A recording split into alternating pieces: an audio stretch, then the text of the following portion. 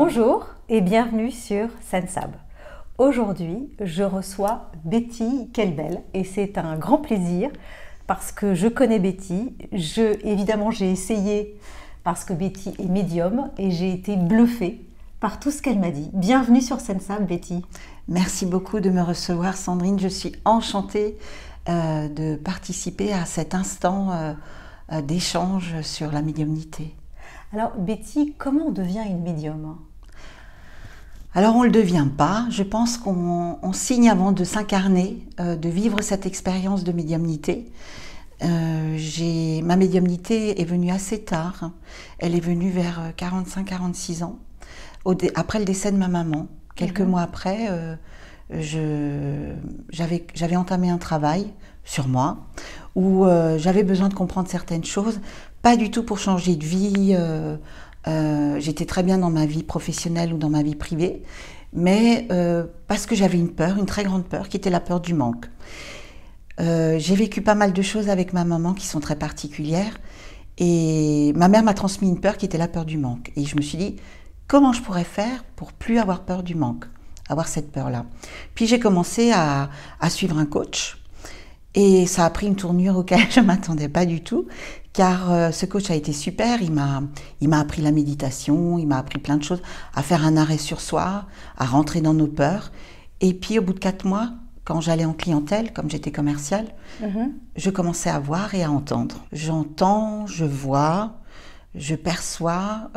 Je suis encore, je dirais, une toute jeune médium, parce que ça fait maintenant 7 ans que je pratique cette médiumnité. Mais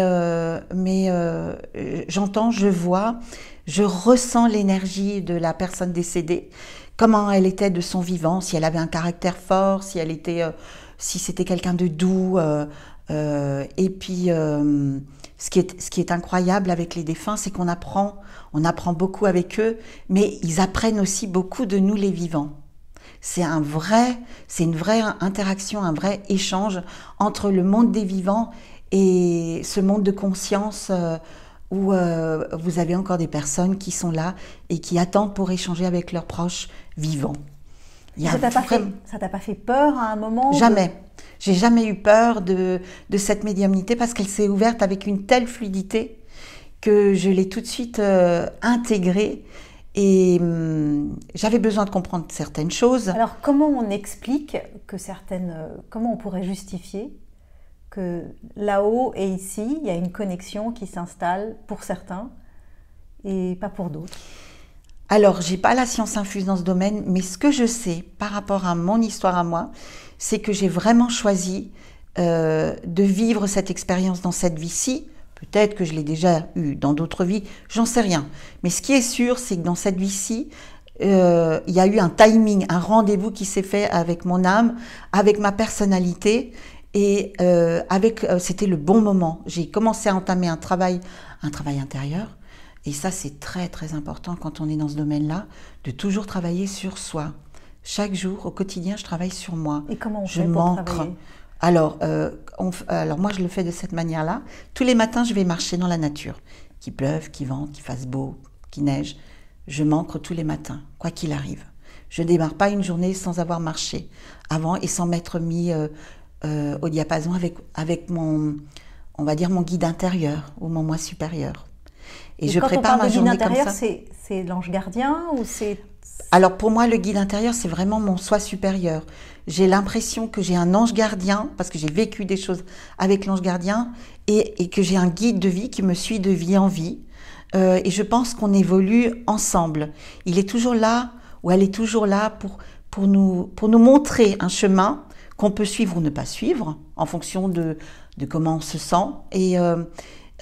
Et sans jugement, parce que je l'apprends en fait, je peux t'en parler facilement, parce que dans mes séances de médiumnité, je rentre en contact avec des personnes décédées, mais je rentre toujours en contact avec le guide de vie de la personne.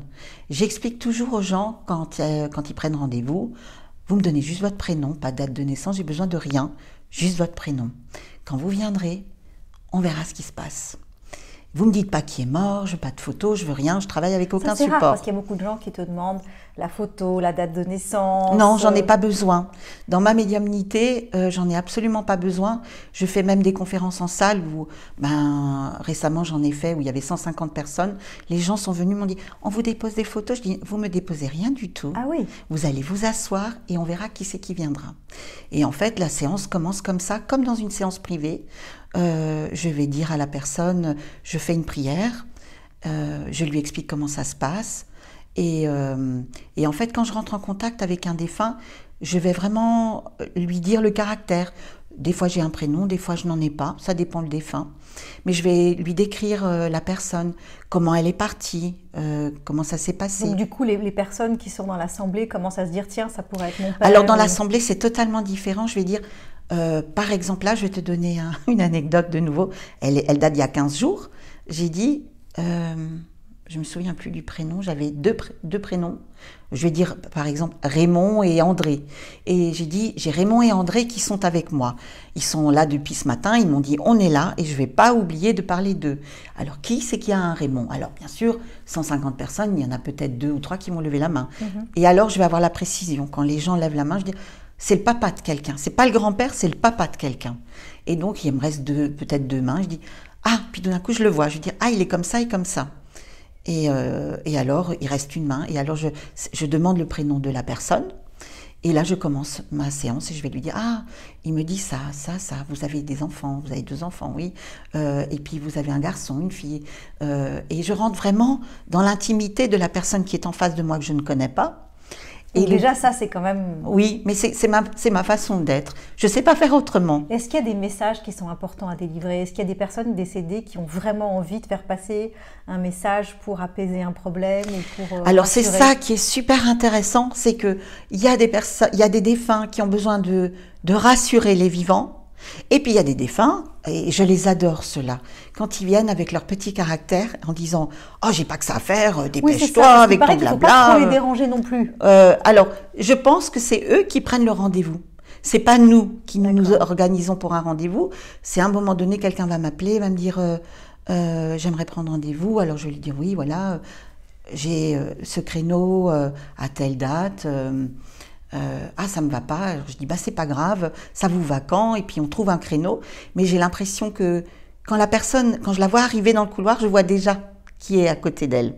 Mais je vais pas tout de suite lui dire. Je lui explique comment ça se passe.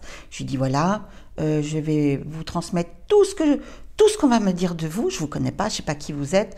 Je connais que votre petit prénom et ça me suffit. On me parle de vous, mais là ce ne sont pas des défunts, ça va être votre guide.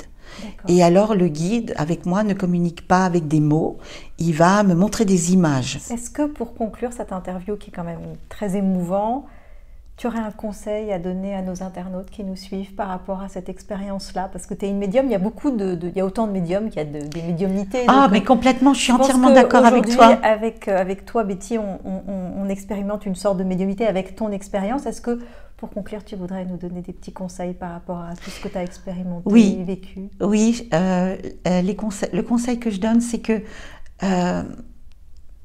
on est tous uniques et on est tous là parce qu'on a un sens à notre vie. Dans cette vie-ci, on n'est pas là par hasard, qu'on soit petit, qu'on soit grand. Quand je vais faire mes courses et que je vois la caissière qui fait un sourire à quelqu'un qui fait la tête parce que ça va pas assez vite et qui dit « Au revoir madame », je me dis « Mais cette femme est spirituelle ». Mais elle est grande. En fait, parce c'est qu'elle le bonheur renvoie... dans des petites choses et dans C'est ça, c'est de prendre conscience que c'est pas parce qu'on est médium ou qu'on a accès à certaines capacités qu'on est au-dessus des autres.